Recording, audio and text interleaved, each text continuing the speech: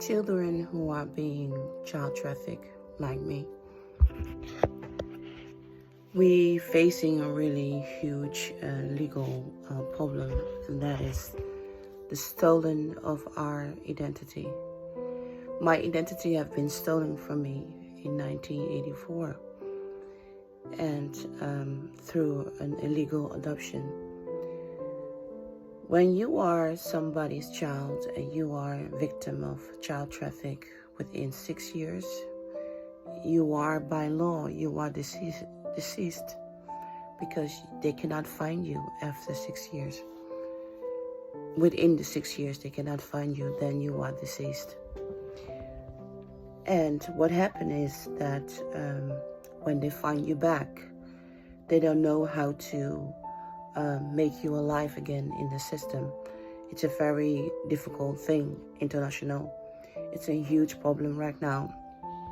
In my case, that I was 9 years old when I was kidnapped by a Catholic church, Les Pinas in Haiti, while staying with my aunt Kelly, who was married to an Haitian man and who her husband was Haitian, but she was from American background, far, far away. So when I was kidnapped, they changed my age. They made me 3 years younger to get me into the country in the Netherlands. And then because I was already 9, I already developed my own identity, knowing who I am, knowing who's my family, knowing what I can do in school. So all the information made me capable of surviving the situation better than most children are. Like my niece, Daily France, who was really 4 years old when she was kidnapped with me by child traffic by the Catholic Church. She was 4 years old. But when you are 4, you are emotional, really developed.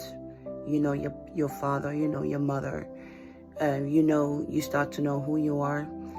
But still, they will allow you to be adopted because they think when you are 4 years old, you are still a baby and you can adopt to another situation. That's the way here in the Netherlands law they are thinking. In America, you can adopt children till they are 18 years old or even after 18. So every country has their own rules. But when you are like us, we are kidnapped by child traffic,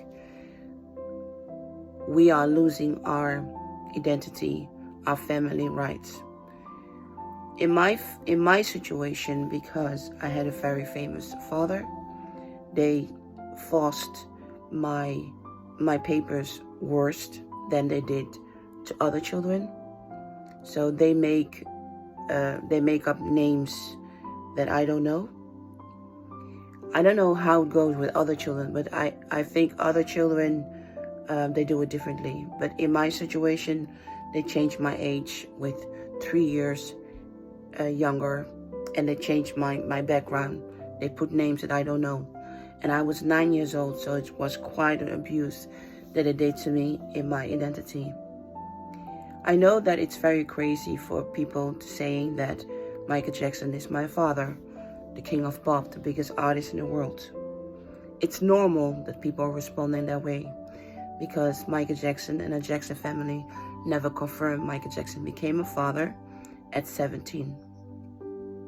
It's not me to blame. I'm not going to take responsibility for the feelings and the emotions that it gives people. That my father, Michael Jackson, and we didn't resolve our problem before his death. That's also not me to blame. I have always planned to fight my kidnapping and the injustice that have been done to me by my own family and by the governments in a child traffic. This coming time, I'm not going to talk about my issue. I'm going to fight the system to make a change. So for people that have been following me on social media, I want you to know that in American law, I am deceased. I'm no longer the legal daughter of Michael Jackson. To do so, I have to go through these procedures, suing the Dutch government, going to court with the Jacksons, and get back my identity that was stolen from me.